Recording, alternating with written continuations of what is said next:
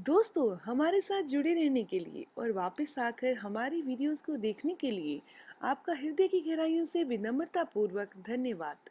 दोस्तों, आज मैं आपको बताने जा रही हूँ slip disc, sciatica, back pain, दबी हुई नस का ऐसा इलाज जो बहुत ही साधारण है और इसकी सबसे बड़ी बात यह है कि ये बहुत ही असरदार है। दोस्तों, back pain, slip disc, sciatica या दबी हुई नस में ज़्यादातर लोग यही सोचते हैं कि इसका ट्रीटमेंट तो सिर्फ सर्जरी से ही संभव है, पर ऐसा नहीं है। पर लोग भी ऐसा पता है क्यों सोचते हैं?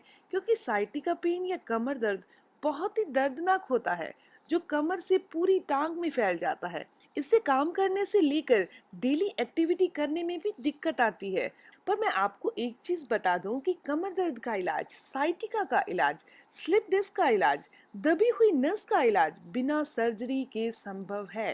तो दोस्तों, इस वीडियो में मैं इसके इलाज के बारे में पूरी बात करूंगी। तो आपसे एक छोटी सी रिक्वेस्ट है कि आप इस वीडियो को एंड तक जरूर देखिए ताकि आपको इसकी सारी जानकारी हो सके।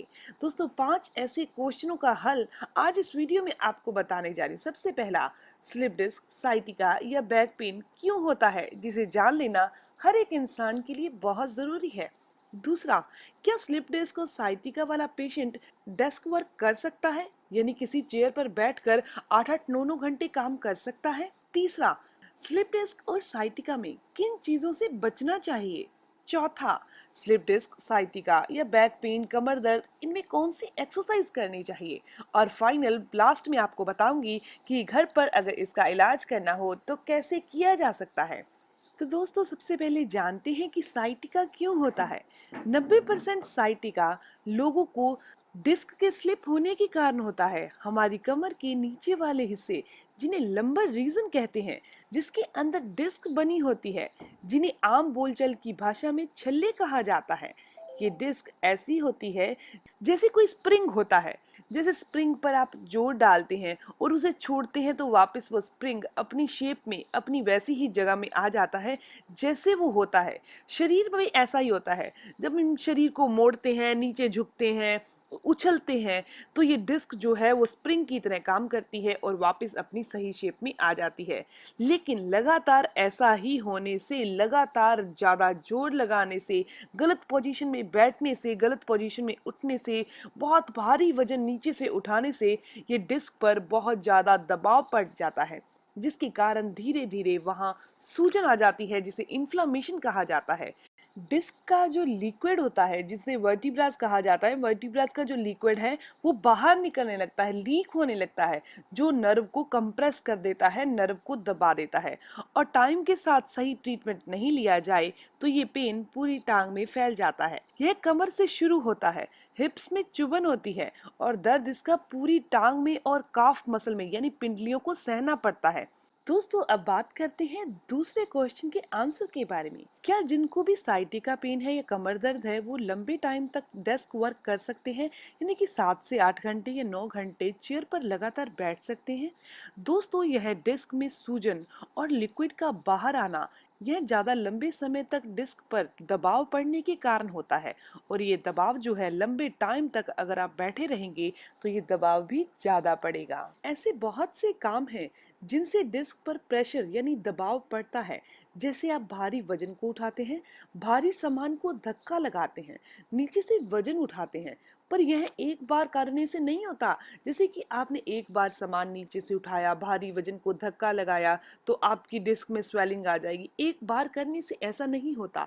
लेकिन अगर आपका डेली का रूटीन कुछ ऐसा ही है, आप बहुत भारी वजन को नीचे से उठाते हैं, बहुत भारी वजन को धक्का लगाते हैं। कभी कभी कोई इंसान अपनी शॉप ऐसा काम करता होता है जिसमें उसको ऐसा ही काम करना पड़ता है, या फिर कुछ लेडीज हैं घर पर, कभी बेड को धक्का लगा दिया, कभी किसी भारी सामान को धक्का लगा दिया। तो इस कंडीशन में लगातार ऐसा ही काम करते रहने से डिस्क पर बहुत दबाव पड़ जाता है, डिस्क का लिक्विड बाहर की तरफ निकलता है और वो साइटिका की नस को दबा देता है, जिसके कारण पूरी टांग में दर्द रहने लगता है।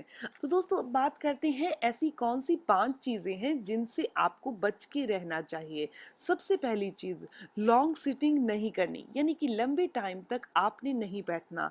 अगर लंबे टाइम तक 8-8 9 9 घंटे आप चेयर पर बैठे रहेंगे तो ऐसा करने से डिस्क पर 5 गुना दबाव बढ़ जाता है। अगर आपको कमर दर्द नहीं भी है तब भी स्टार्ट हो जाएगी।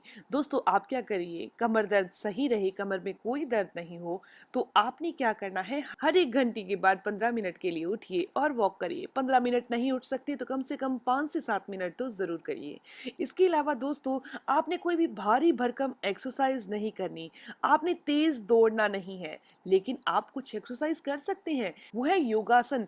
वो कौन से योगासन है जो आप कर सकते हैं? सबसे पहला है भुजंगासन और दूसरा है मरकट आसन।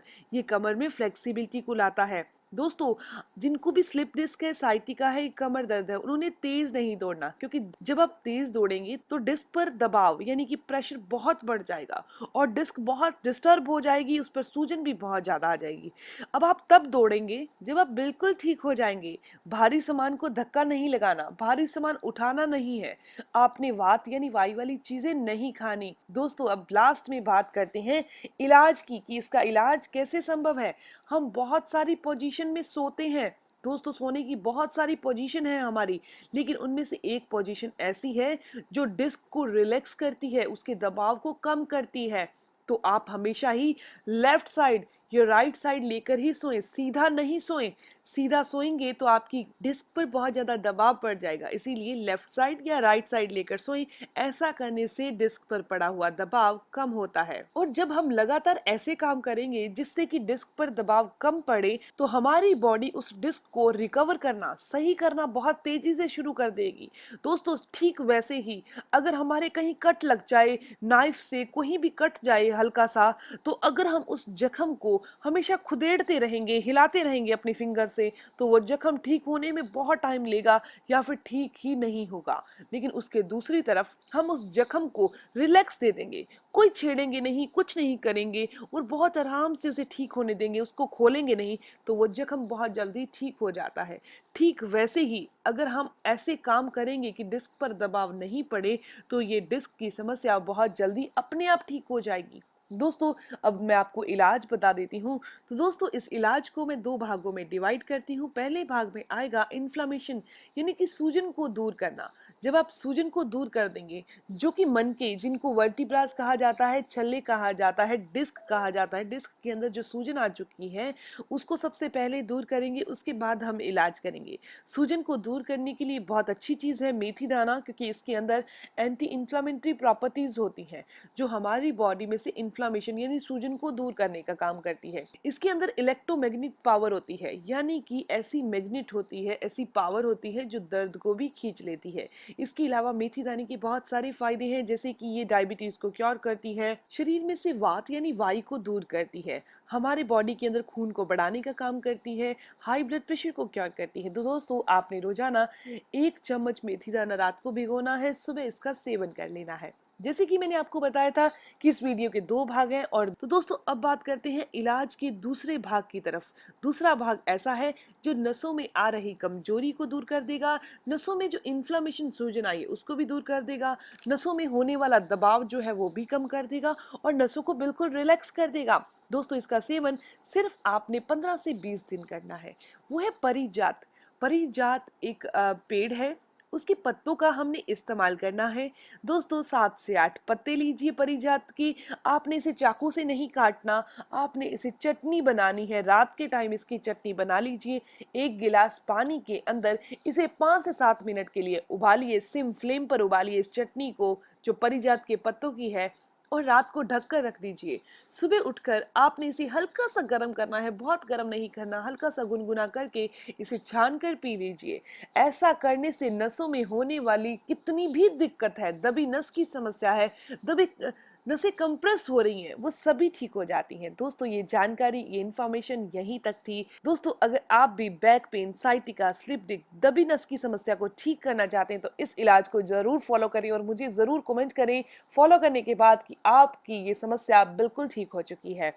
दोस्तों ये जानकारी यहीं तक थी। अगर आपको ये जानकारी अच्छी लगी, आपके काम की है, तो इस वीडियो को जरूर लाइक कीजिएगा, अपने फ्रेंड्स के साथ जरूर शेयर कीजिएगा। मिलते हैं दोस्तों नेक्स्ट वीडियो में, तब तक के लिए गुड बाय।